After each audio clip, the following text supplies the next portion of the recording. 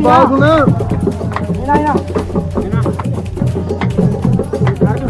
हाँ वही है मैं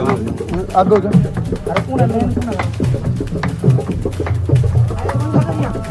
हेलो बंद करी नहीं प्रभु सारी के कास्ट है हमारी राजपूतों का इतिहास पता क्या है? संगत करना प्रार्थना ये राजपूतों का इतिहास पता क्या है? मेरी बात तो सुनो इतिहास सारी बात तो बलिदान कर दो राजपूता पता है? बलिदान कर दो प्रार्थना करो में कोई हर्ज को जिंगा घर में भगवान भी जन्म लिया वो है राजपूत। सारी बात सुनो मैं कोई गलत काम कर रहे हैं तो फिर बता तो दो के नए नाटक चला रखे थे नाटक क्यों चला रहे मैं प्रार्थना ही करना है प्रार्थना ही तो करना सत्संग थारा देवता मर गया मैं प्रार्थना थारा देवता मर गया थारा हनुमान जी मर गया मेरी बात सुनो फिर मैं थाने सुनो एक मिनट सुनो दो घड़ के बात कर दो घड़ के बात कर फिर देव की बात करना है पहली बात गुरु अरे एक सुनो यार सर हेलो एक मिनट ई देश का गुरु है ना जो गुरु गोविंद सिंह ले गया जितना भी गुरु है भाई धर्म करे कोई तवा पे चढ़ो कोई टावर चुनाव दीवार में चुना कोई के करियो कितो बलिदान है धर्म ने बचाने खातर और आज वो थे गंद गालना जो भी नहीं काम की के है कौन है ईसा बता तो दो ईसा कौन है ये देशा बात कौन है ईसा कौन है जानो दे कोई तेरा बाप दादा को पीढ़िया में हो कोई ईसा जाना भी सब के कहता कि ना पूछता बैठा है कि भाई नाटक बंद कर दे मेरी बात तो सुनो थारा में आए को रिस्पेक्ट करा आदर करा बोले आज तक तन्ना ही खतरी बार बुलायो राम प्यार हूं बड़े अंदर की किनके तो बता मेरी बात तो ले आज से चंगे हो जाएंगे यीशु मसीह के नाम में आपकी रिपोर्टें नॉर्मल आएंगी आप हर चीज में आशीष को देखेंगे डोर खुलेंगे जो ब्रांच में लाइव जुड़े हुए हैं जो पवित्र आत्मा ने मुझे कहा है वो बोल रहा हूं कि इस साल अगर वो ईमानदार रहे और वफादार रहे करे इस चर्च के साथ पवित्र आत्मा करे परमेश्वर के साथ वफादार रहे ये नहीं कि मुझे ये नहीं मिला वो नहीं मिला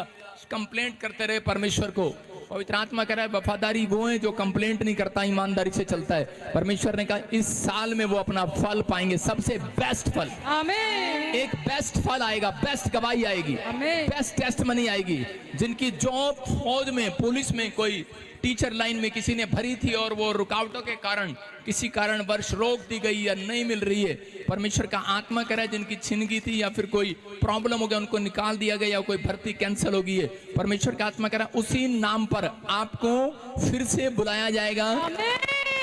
आप पास होंगे आपको जॉब पर रखा जाएगा यीशु मसीह के नाम में आपका फेवर होगा इस साल में यीशु मसीह के नाम में जो अब तक मां नहीं बनी है उनके लिए खुशखबरी है क्या आप ताड़ी बजा सकते हैं यस जो मां नहीं बन पा रही है उनके लिए खुशखबरी है पवित्र आत्मा मुझे कह रहा है जो बाप नहीं बन पा रहा है उनके लिए खुशखबरी है जिन माओं ने अपने बच्चों का सुख नहीं देखा उनके लिए गुड न्यूज है वो सुख देखने वाली है परमेश्वर ने कहा कि ए नारी उस समय में वो चिंता कर रही थी और वो क्रूस पर था उसने उस नारी की चिंता किया भविष्यवाणी उन लोगों के लिए जो इस समय यहां पर खड़े हैं और प्रभु ने मेरे को एक ड्रीम दिखाया कल रात के एक ड्रीम देखा मैंने जिसमें यूपी के योगी सीएम उनसे पद ले लिया गया उनके जीवन में कोई बड़ा खतरे का संकेत मैंने देखा लेकिन वो उसने ऊपर की तरफ देखा भगवान को याद किया और वो बच गया मैंने कुछ ऐसा देखा और मैंने एक ड्रीम देखा काले कपड़े वाले ने आकर उसको पीएम की गद्दी पर बिठा दिया मोदी को हटा दिया मुझे नहीं पता क्या है ये लेकिन आपको पता है आप समझदार हैं लेकिन परमेश्वर की आत्मा ने बताया कि इसका मतलब कोई खतरा है उनकी लाइफ में लेकिन बहुत सारे लोग अपने नेताओं के लिए अपने लोगों के लिए प्रार्थना करें परमेश्वर चाहता है चाहे किसी ने आपको दुख दिया है कुछ क्रिश्चियन लोग बोलते हैं कि उन्होंने हमें दुख दिया है मैं कह रहा हूँ ठीक है दिया होगा लेकिन परमेश्वर नॉर्मल सी बात है जो लोग नहीं जानते वो ऐसी ही बात करेंगे हमारे परमेश्वर ने हमें शिक्षा दी है कि हमें शांत रहना है किसी भी हालत में किसी भी मुश्किलों में हमें अपना क्रोध जाहिर नहीं करना है क्योंकि जब हम क्रोध कर देंगे तो हमारे साथ बहुत कुछ बुरा हो सकता है परमेश्वर ने हमें शांति का परमेश्वर दिया है क्योंकि हम लोग जब प्रार्थना सभाएं लगाते हैं जब प्रार्थनाओं में जाते हैं वहां पे हमें गुप्तों में जाके प्रार्थना करनी पड़ रही है उसका मुख्य कारण क्या है इस पे हमें गौर करना है और क्यों ऐसा हो रहा है क्योंकि हमारा परमेश्वर कोई ऐसा परमेश्वर नहीं है जिसे हम बोलने में शर्माए। हमारा परमेश्वर ऐसा परमेश्वर नहीं है कि उसके कोई दाग है जिसे हम छुपा रहे हैं। हमारा परमेश्वर कोई ऐसा नहीं है जो कुछ अनर्थ कर कर रखा हुआ है कि हम उस वजह से आज गुप्त स्थानों में जाके प्रार्थना करते हैं। हमें प्रार्थना करनी है, हम दिल खोल के सबके लिए प्रार्थना कर सकते हैं। जब हम इस चीज को अपने अंदर डाल देंगे कि अपने पड़ोसी को बताते हुए हमें झिझक ना हो, हमें कोई खौफ ना हो। जब हम बंद कमरे में किसी चीज को करते हैं तो लोगों की शंका जाहिर होती है। हमें परमेश्वर की बातों को सुनना तो है, परंतु उसे बयां करना भी आना चाहिए। हमें क्लियर बताना आना चाहिए कि हम क्या करते हैं, कैसे करते हैं और क्यों करते हैं। हम किसके आदेश से करते हैं और किसके लिए करते हैं और इससे हमारा क्या फायदा है। जो लोगों को ये लगता है कि जहां पर चर्च बन जाती है, जहां पर जो 4 लोग प्रार्थना करने लग जाते हैं, वहां पर धर्म परिवर्तन होना शुरू हो जाता है। इन्हें इस चीज का खौफ इसलिए क्योंकि ये लोग खुद अभी तक अपने आप को क्लियर नहीं कर पा रहे कि ये लोग हैं क्या।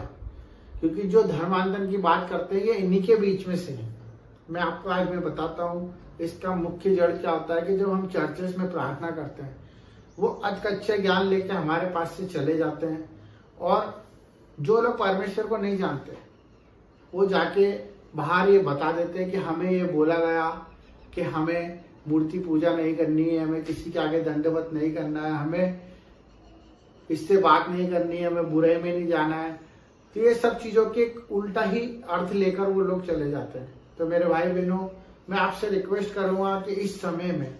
जो भी फादर हैं, चर्च है, पासवान है, जो लोग चर्च चला रहे हैं, उन्हें बेखौफ चर्च चलाने का अधिकार है। सरकार भी उन्हें रोक नहीं सकती, किसी भी तरह का उन्हें कोई प्रकोप उनके ऊपर कोई असर नहीं कर सकता और वो ये खुद भी जानते हैं कि इस चीज का कोई असर नहीं होगा। परंतु मैं सिर्फ ये बताना चाहता हूँ कि जो लोग परमेश्वर के अधीन होना चाहते हैं, चर्च में आना चाहते हैं, उनसे सही रीति से शिक्षा दी जाए और उन्हें सबसे पहले ये चीज समझाई जाए कि आप अगर आ रहे हो तो अपनी मर्जी से आ रहे हो और अपनी मर्जी से हर एक काम कर रहे हो। और उन्हें ये क्लियर होना चाहिए कि हम जो कर रहे हैं उसमें कोई धर्म परिवर्तन नहीं हो रहा है, ना ही कोई गलत काम करवाया जा रहा है, ना ही उन पे कोई दबाव है, ना कोई प्रेशर है, ना कोई उनसे पैसे मांगे जा रहे हैं, ना ही कोई उनके खिलाफ कोई कदम उठाया जा रहा है, ना उनके परिवार से उन्हें अलग करा जा रहा है और ना ही कोई उन्हें कोई चैरिटी कर रहा है, ना कोई उनको उल्टी शिक्षा दे रहा है। हमें कड़क स्वभाव में आके ये काम करना पड़ेगा क्योंकि बहुत से ऐसे लोग हैं जो सिर्फ अपने फायदे के लिए चर्च में आते हैं, प्रार्थना सभाओं में जुड़ते हैं कि हमारा कल्याण हो जाए, हमारा फायदा हो जाए, और उस फायदे के चक्कर में जब उनका फायदा नहीं होता है तो वो उसको नया मोड़ देकर एक गलत धारणा पैदा कर देते हैं। मेरे बहुत से ऐसे प्रतिनिधि हैं, बहुत से ऐसे लोग हैं जिनको मैंने देखा है, मैं भी उनको बताया हूँ प्रभु के बारे में और वो लोग चर्च गए भी सही है और उसके बाद उन्होंने उसको नई व्याख्या दी है कि वहां पर ऐसा ऐसा होता है, वहां पर वैसा वैसा, क्योंकि उनको पता ही नहीं है, क्योंकि उन लोगों ने परमेश्वर का स्वाद नहीं चखा है। मैं आप सबसे निवेदन करना चाहता हूँ, प्रार्थना करना चाहता हूँ कि आप लोग थोड़ा सा कड़क स्वभाव में आ जाएं, क्योंकि इन्हें लगता है कि परमेश्वर ने हमें सिर्फ शांत स्वभाव दिया, सहन करने की ताकत दी है और हमें सिर्फ चुप रहने का आदेश दिया। ऐसा नहीं है। हमें सच के लिए प्रभु ने बोलने के लिए कहा है कि हम सच बोलने से ना घबराएं।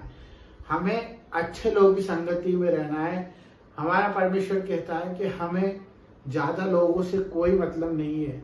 हमें सिर्फ एक आत्मा जो परमेश्वर को जान पाए, हम उस तक पहुंच पाए।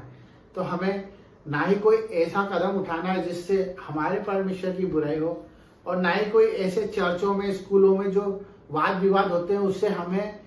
नजरअंदाज करना है। हमें बाकायदा उस पर अपनी प्रतिक्रिया देनी है, उससे क्लियर करना है, जस्टिफाई करना है, क्योंकि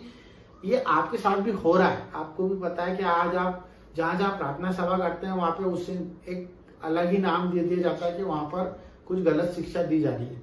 तो इस चीज के ऊपर गौर करें। सभी से निवेदन है, अपने भाइयों से, अपने प्रार्थना करने वालों से और सभी प्रेमी जीवों से कि अपनी प्रभु की आत्मा को प्रबल करें और चोड़ में प्रभु का बात रखें। किसी से डरने की कोई जरूरत नहीं है। जब हम गुप्त स्थानों में प्रार्थना करेंगे तो लोगों को शंका पैदा होगी। हम क्लियरिटी से बाहर आके चोर में प्रार्थना करना चालू करें। ये मेरी आत्मा कहती है। आप सबको इस चीज के लिए आगे बढ़ना पड़ेगा। जिस तरह से लोग अपना